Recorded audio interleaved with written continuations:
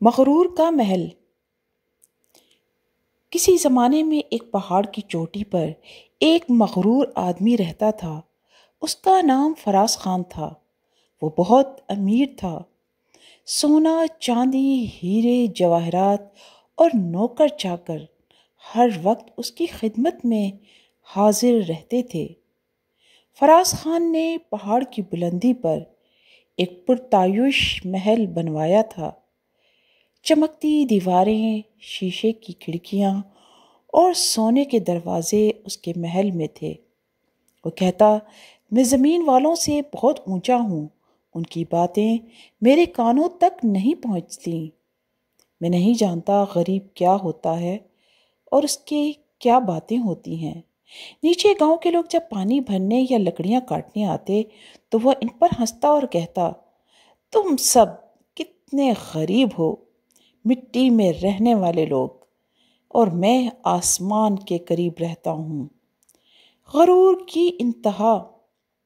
ایک دن گاؤں کے ایک بزرگ نے اسے سمجھایا، بیٹا، پہاڑ کی بلندی تمہاری شان نہیں، انسان کی اصل اونچائی اس کے اخلاق میں ہوتی ہے۔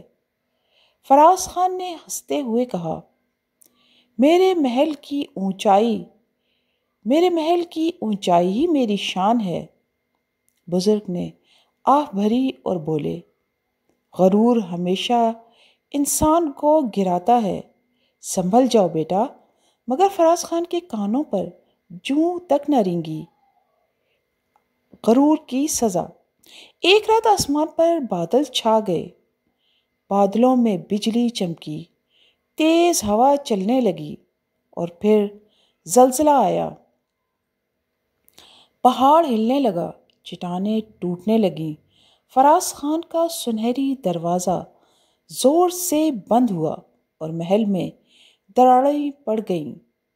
وہ گھبرا کر نیچے بھاگا، مگر راستہ ٹوٹ چکا تھا۔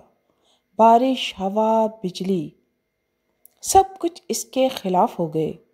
آخر کار وہ نیچے کے گاؤں والوں کے پاس پہنچا جو مٹی کے گھروں میں پناہ لیے بیٹھے تھے۔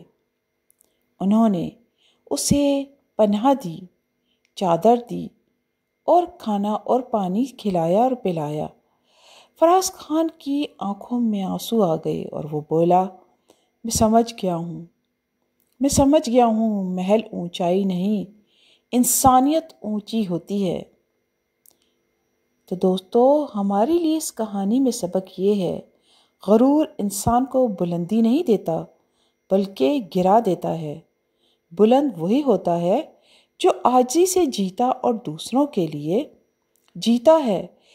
کے لیے فیض کا باعث بنتا ہے۔ یہی اونچائی ہے۔